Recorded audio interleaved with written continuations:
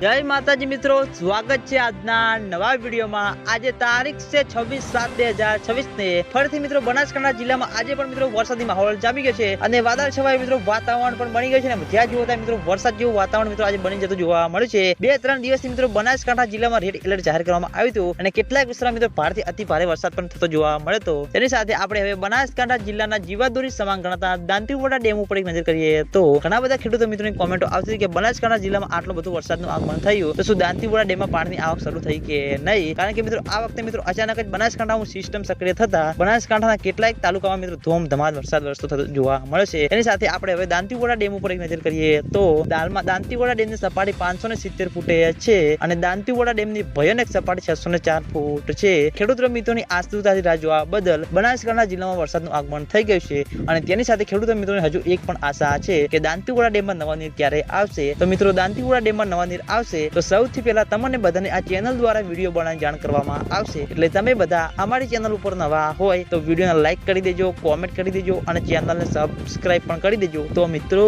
જય માતાજી।